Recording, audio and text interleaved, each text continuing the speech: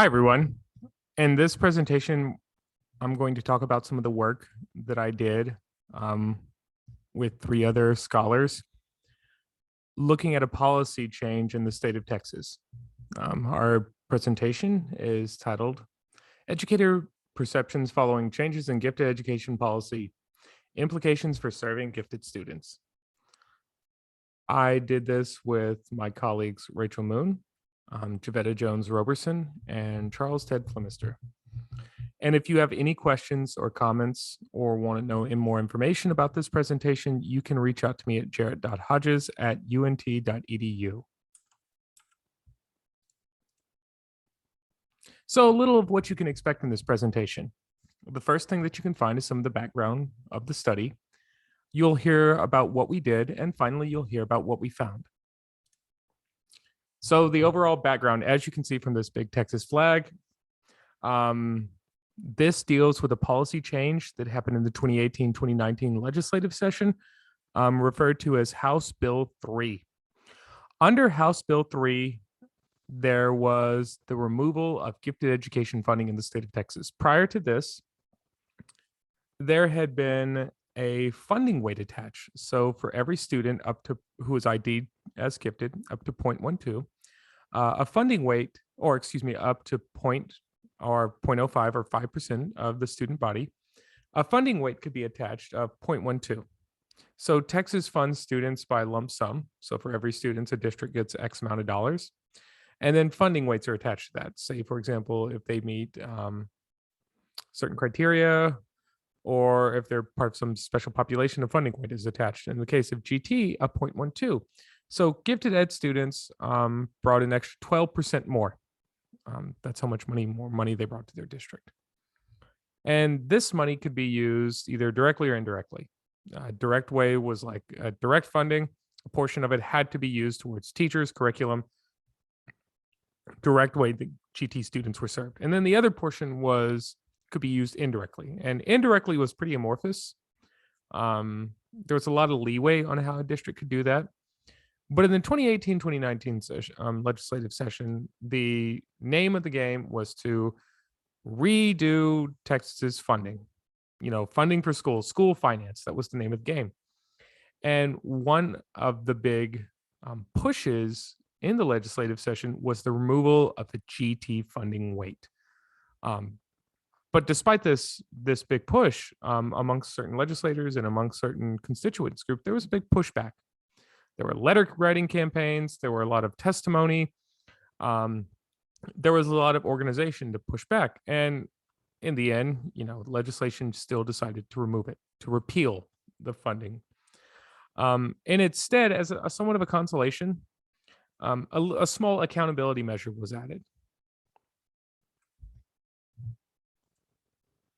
So I'll go ahead. So here are the changes. 1, it removed the funding weight. 2, it added the accountability measure. Now, this accountability measure is pretty much think of those matrices where you have the grade levels at the top and then the services on the left-hand side, and then you mark what goes on within each grade level. So honors, differentiation, pull-out. So the catch with this was that it was self-reported, that the state would hold the districts to their honors. So there was a little bit of pushback against this whole accountability measure. So this depended on what the district said. And the thoughts were you would have a lot of differentiation. A lot of districts saying that they're GT services. So the funding weight was removed. But what was put in its place was a penalty structure. They said if you didn't have GT, you would have to give the state X amount of dollars. You would be penalized. So pretty much Texas channeled its inner No Child Left Behind in this. So if you don't have it, you get penalized. But the catch with that was that the way that they know whether or not you had it was this accountability measure. And a real easy way to kind of skirt that accountability measure was to say that, you just differentiate in the classroom. And we provide differentiation in the classroom. So that's an overall background of House Bill 3 in Texas. This was pretty much a huge issue within the state, especially within GT. There were a lot of people upset about it. A lot of people concerned about it. A lot of educators. Naturally, if you have the state removing funding and you're an educator of the gifted or You say you're the district coordinator in advanced academics, and all of a sudden you find out that the state is removing funding. Well, you might think of your job. You know, that might not be something that crosses through your mind. You might think of what's going to happen to my program. What am I going to be able to hire this new person that I wanted to hire? What's going to go on? There's a lot of uncertainty when funding gets pulled because a lot of districts relied on this funding. Now, interestingly enough, this funding weight, prior research has shown on Texas funding that certain districts spend a lot more than the funding weight. So, for example, rural districts were more likely to spend the mandatory minimum. Rural districts spent what they needed to spend, and they didn't spend any more on GT. Where you saw a lot of spending in excess of what the state provided were in these large suburban districts. Suburban districts in, say, North Austin, North Dallas, Fort Worth, and I'll use some examples of ones that I know. You might find excessive spending in excess of the cap or in excess of this funding weight in Plano, Frisco, Richardson, and Dallas. In Houston, you might find it in Fort Bend. You might find it in Klein, the Sugarland, the Woodlands. You might find it there. You might find it in San Antonio, the north part around Stone Oak. Austin, you might find it in, say, Leander ISD. You might find these suburban districts were much more likely to spend in excess. So what we wanted to focus on and what we wanted to think about was this idea of educator perceptions. What do people think? We care a lot in gifted ed about perceptions of curriculum, perceptions of ability, perceptions of capability. But there's not a lot known. Whenever there's a big policy change, how do teachers and how do those who educate, how do the coordinators, how do these people think about these changes? One of the things that we are finding out much more, and that is very apparent, is that how people perceive things most certainly shapes their reality and can have definite consequences. Perceptions matter. How people think about something matters. This could be the most, this law, like say HB3, the consequent long-term consequence, let's say potential, might be lead to a golden age of gifted ed. Who knew removing funding would cause this big renaissance and districts would come together and partner with the state and partner with different agencies and partner with different parent groups and buckle down and support GT. That might be the consequence of it. But you wouldn't know if people didn't perceive that. That's if they perceived it positively, as an opportunity. On the other hand, if people perceived it negatively, if people were worried about their job, if people had a lot of concern, you might see negative outcomes related to those perceptions. So we were really interested in perceptions, and this isn't the only time. Let me go back here, and I don't want to go ahead too soon. This isn't the only time. Educators or scholars were really interested in educator perceptions following the passage of No Child Left Behind. So we read a report out of Harvard that looked at just that. There was a recent passage of No Child Left Behind, and then they asked pretty much the teachers and administrators, what do you think? What are you concerned about? What are you worried about? And we can see this was done in the early days of No Child Left Behind. And unsurprisingly, the overall perceptions were negative towards it. No Child Left Behind wasn't advertised very well. Didn't have good PR, probably. And that negativity, those negative perceptions kind of build up. So what did we do? We partnered. One thing that I want to say that was a little different with this is we partnered with a state agency, or maybe a better way to describe this is a state affiliate group. So the Texas Association for the Gifted and Talented. Now, even though this is just a state organization, its membership is massive. This is one of the largest GT organizations in the United States. That's probably in due part because Texas is a big state, and every state or every district in the state of Texas has a gifted education program. And Texas IDs probably, by less estimation, about 11% of the total ID GT population in the United States. So it goes without saying that the state organization would have quite a few members. So they had an interest in what people thought because their membership was largely comprised of GT educators. They were interested in what educators thought. So what we did is we talked with them, we partnered with them. We submitted a proposal to TAGT's board and let them look through it, let them review it, provide feedback, provide commentary, and we went back and forth a few times. And finally, in our development, we piloted our survey through them. We worked together with them. That was one of the things that we had thought about with this proposal, and one of the things that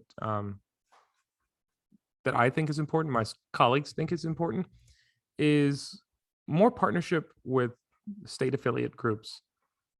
They have a vested interest in gifted and talented.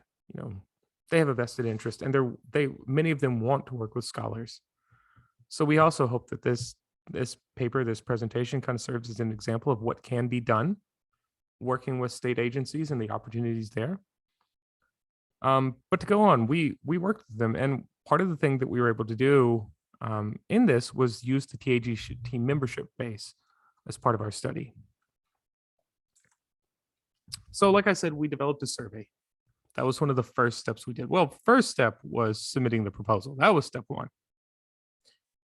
Step two was working with the TAGT to kind of hammer things out. Step three was, and part of that step two was developing a survey. So we based this survey off that prior Harvard study on MCLB.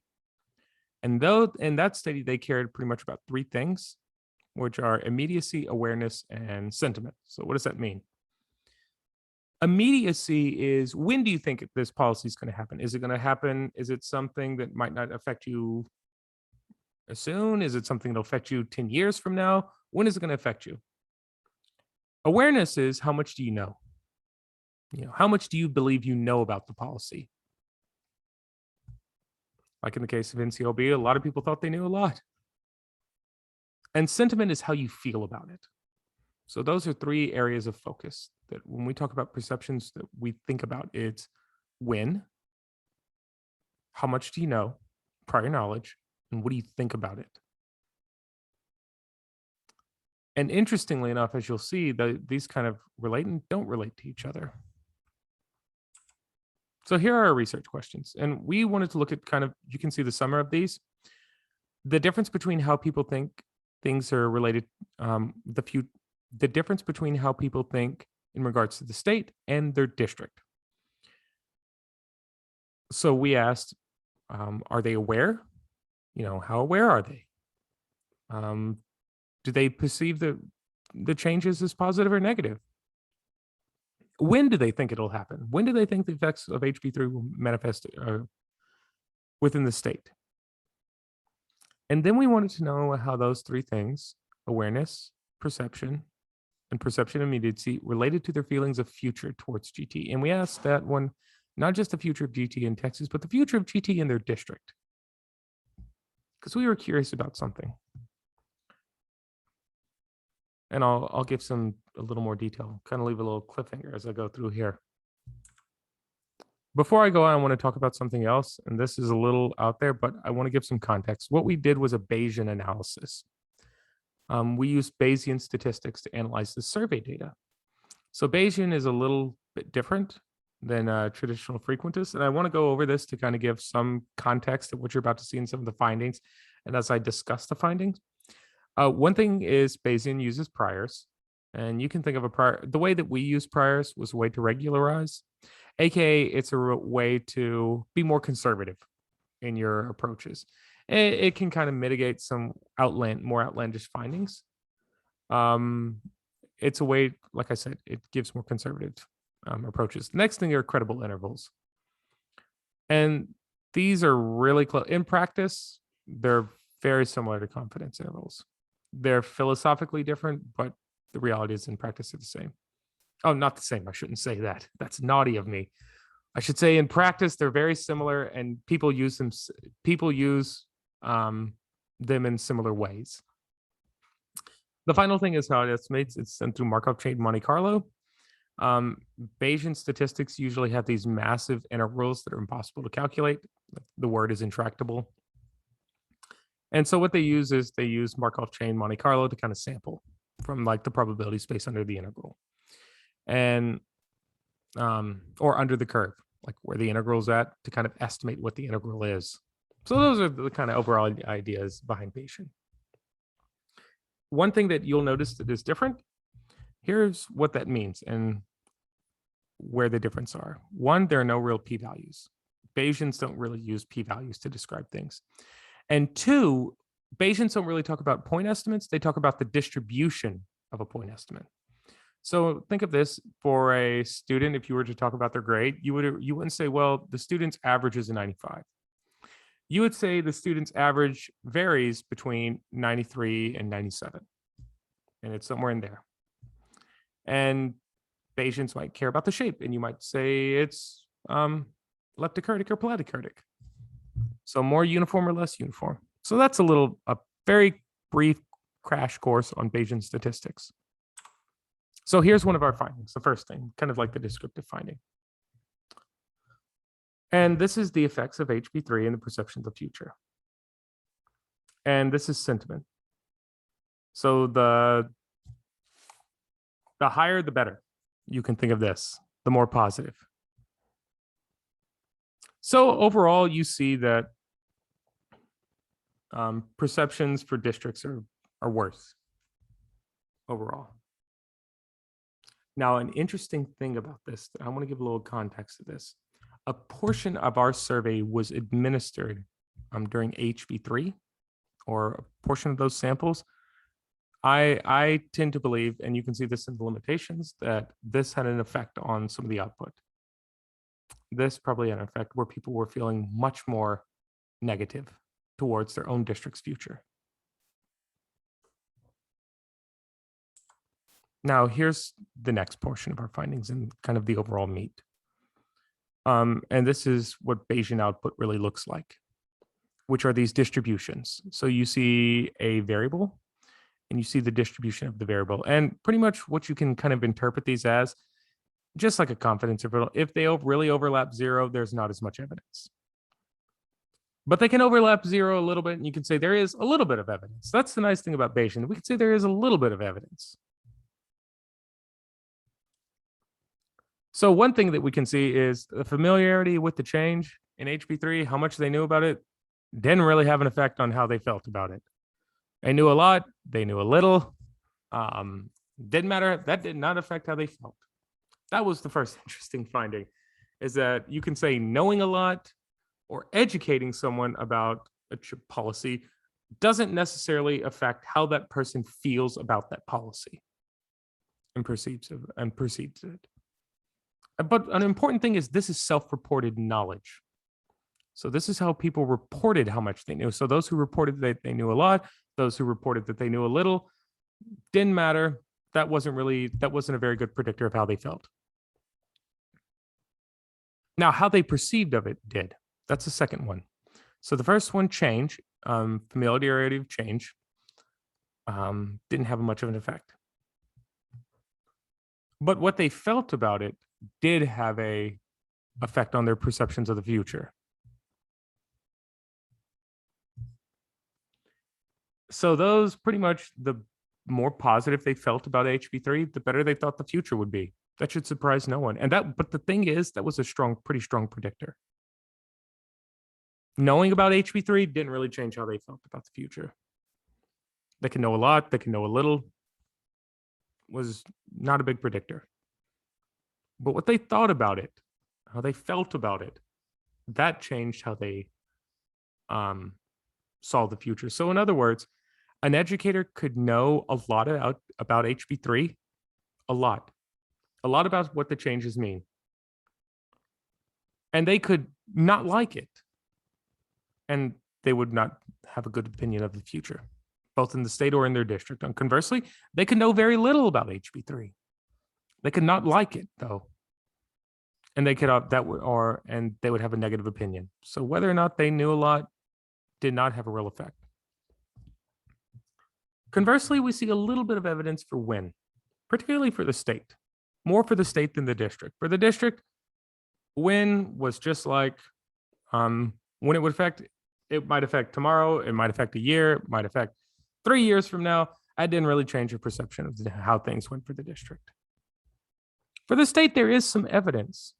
There is a little bit of evidence that would suggest that the sooner that they thought that HB3 would come into effect, the more negative the perceptions of the future were.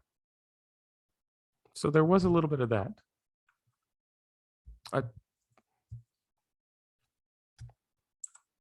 So let's put everything together. Like I said, how educators perceive a policy is related to how they feel about the future. I think that's important in terms of advocacy.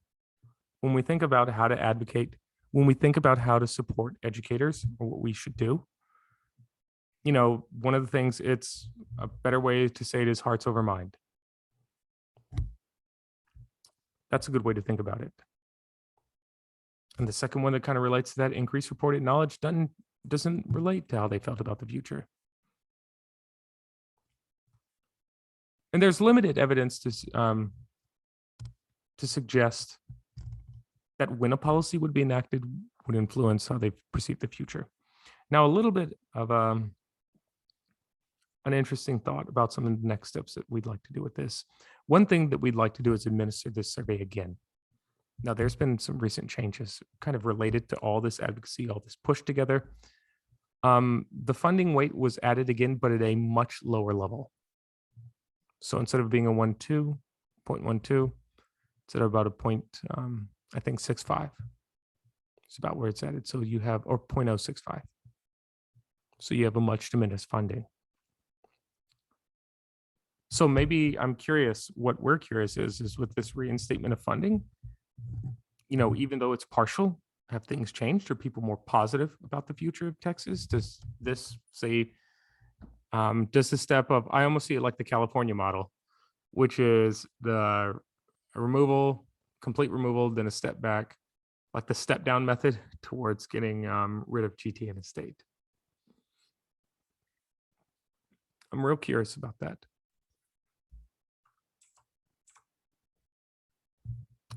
So some of the next steps that, like I said, that we would like to do, or that we have done, is we've started interviewing people who took this survey, getting their thoughts, what they meant, what they thought. We want to keep administering this survey again. Part of this survey too, that's not as part of this study, is to document what GT courses are offered. So there's the state documentation of what's going on, then there will be our documentation.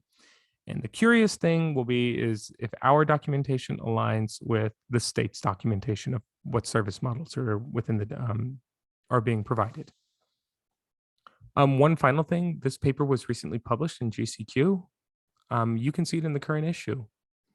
Again, like I said, let me go back to the title page. If you have any questions or comments, or you'd like a copy or anything like that, go ahead and just email me at jarrett.hodges@unt.edu. One other thing too, all the materials that we use for this, if you'd like the survey, the QSF files, the code that was used, are all available. One thing that we cannot make available though are the data that we use for this study. That's because the data that we use contains information that could be professionally liable for some of the respondents. So if you're interested in the materials, you're interested in replicating, please reach out to me. I'd be more than happy to help. Thank you guys very much. I hope you enjoyed this presentation. I hope you have a great conference.